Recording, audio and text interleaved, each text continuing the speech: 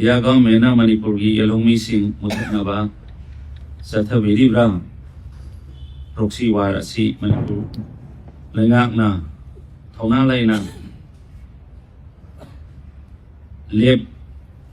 hananaba lephananaba taksin bangam ngamlaroidra haiban singba akhoi sigisi yamne mangna singbiliba media gi marmopang kunongpu asi akhoi tangpun manga sida kokomina pangthokpiba yamna peaceful oiba democratic rally ama pung amadagi satpa hogani haibasi koi mamangda su program kaya thambadu koi tajai kangjai media gi through da loina thambira pa ngakani adugi mangoina na koi tang punnani thoida khongjom de nongma watlinge matamda khongjom de da su honorable chief minister mahaki council of minister singh honorable MLA singh aduda natana NDA da yauriba party ge MLA puno hawada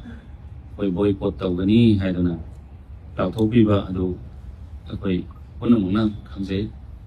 adugi mangoina na tangpuni thoida koi honorable chief minister gi secretariat gi akoina meeting da makta koi invite tawje formally invite tawje madda home minister amasung senior MLA ani ga loinana amtang koi kokomina pambiriba mayamgi adugumba wakalon adu koi tanana bagida makta koi kaujabani adu kauba duda decline tawraga koi lakpi hide set letters gilere media da su loina yama pombi graba ngaktani adugi matungna ngasigi asigumba rally asi yamna democratic oiba yamna non violence oiba maonga pangthokpigani haidona koi violence yaudaba democratic oiba any kind of protest the democratic country amagi state amoi banina koi sarkar na yama to tolerate dum tawjaba ngakani masigi rally gi manungda honorable chief minister na from different sides different live people ngasigi rally du yauri punamak la kanda honorable chief minister da makoi feelings praja gi apamba punamak singa do honorable chief minister na group punamak do asai pung amadagi unaba hobiban mayamna thambirakpa mayamgi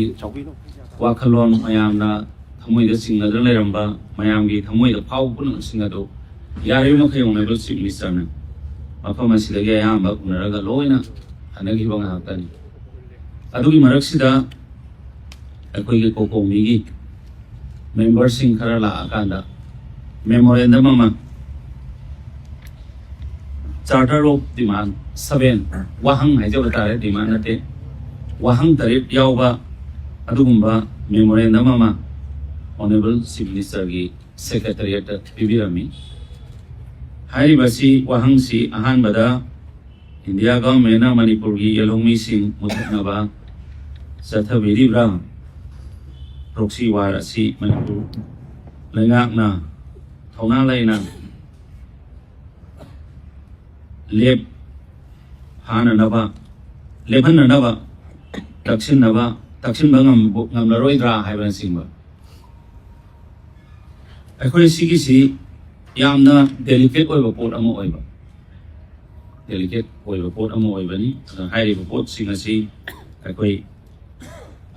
India government supala abanina yamna sensitive oiba pot amo oibani aduna hairiba sing asi India government already khallaga laigrabani masisu akhoi state government na akhoi yelhongni kan bahabasi akhoi strong commitment to the people akhoi praja punamak magi property magi life kan bahabasi akhoi commitment ni to the people of Manipur adu Manipur dagi akhoi terrorism any kind of terrorist narco terrorist oirasu amabu oirasu aina yadaba khulai paiba haibasi Bharat Sarkar already declared to Wamalay, Madudi, 31st of March 2026, India ki soil dagi, Red Army, Haibadi, Naxalism si,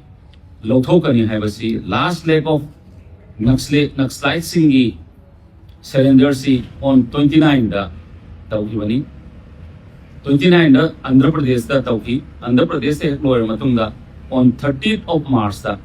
Honorable Union Home Minister Sri Amit Shah ji na Parliament ki house da Parliament ki floor da mahaki statement PB ki do mayam ni sing biram ne khanjai mandi on 31st February March February manungda India dagi Naxalite sing lo signani haibado ayam mangasidi India si Naxalite free oiba India ma oire haidana mahang lautopi kribani aduna North East da leiba ayamba terrorist punama narco terrorist oiba any kind of terrorist, any kind of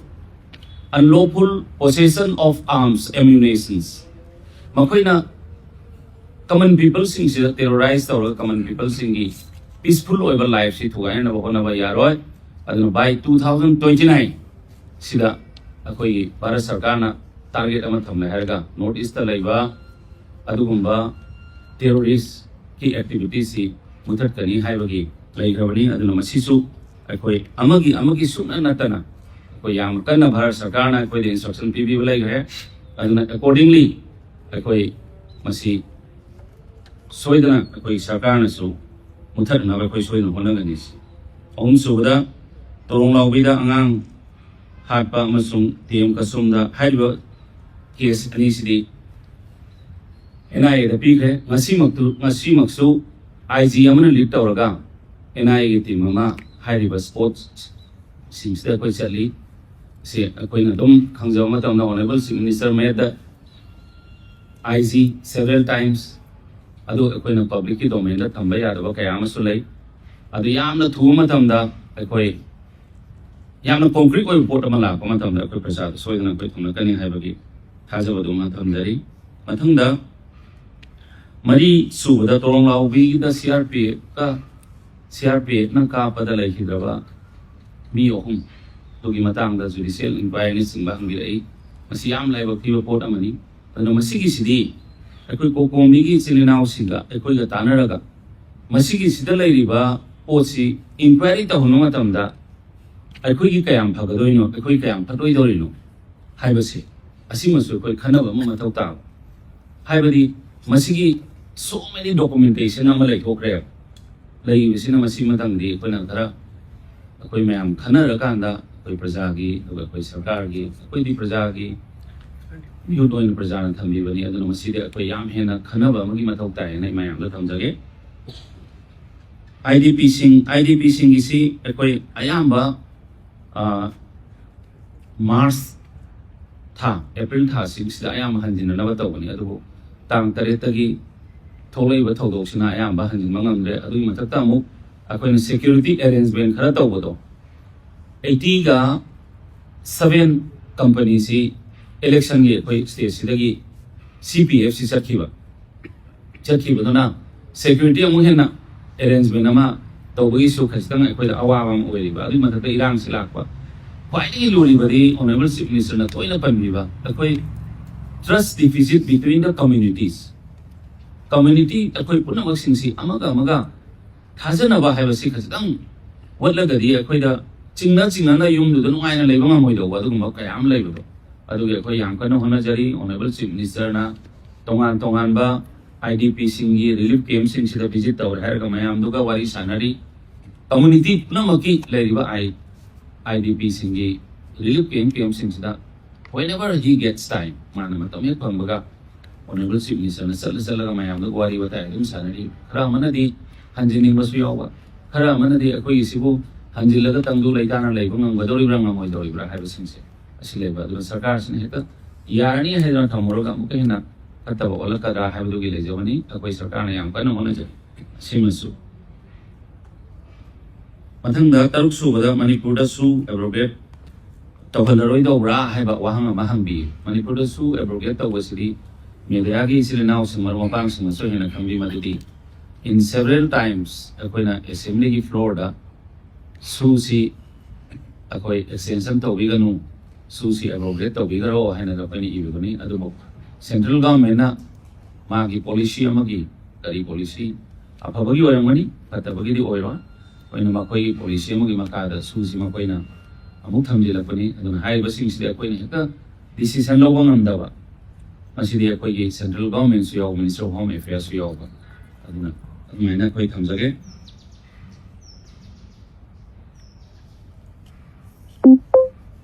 tadi subada NRC tau duna illegal migrants tathoknaba thabak tawraroi dawra haiba asidi hana dagi government of India na akoi time extension pira kanda akoi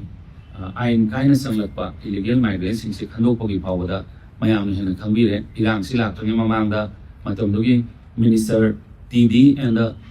horticulture oibiramba akoi lepang na chairman oiraga matamdagi PhD gi minister oibiramba awangba nimai yawiraga matamdagi education minister Sri T.S. Basanto Kumar yawiraga committee am phau semaga akoi hawrodoni aduna masi soidana akoi tawrakani but suddenly hek tawba yadaba adugumanina akoi soidana masi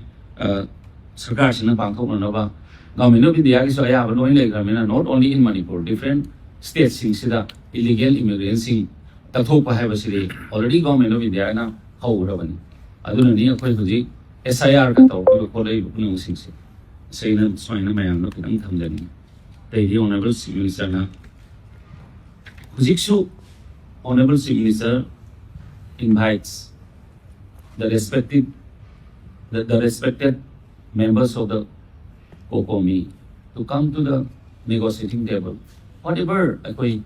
every war khudimaksu table lamada phama kanda loisinma ngakani. We cannot just neglect any of the association of our state. Honorable Chief Minister several times hujiksu on behalf of the Honorable Chief Minister akoina COCOMI invite tawjari let us bring peace to the state.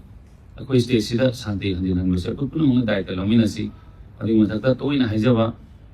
academic calendar akoi isa singsi loina kaisila asi singsi makoi de akoi future oigadori bani aduna makoi hi sisu khara yengbire haiga COCOMI gi adugumba thorong kaya sing adu matam khara ye thokpidana Manipur sida satri punung singsi makoi gi future se asi tan bada pena kitang mateng pang bada akoi sarkar da su mateng pang biyo haidana mayam thamjage mathang sidi honorable chief minister na wahi amani kitang mayam da thami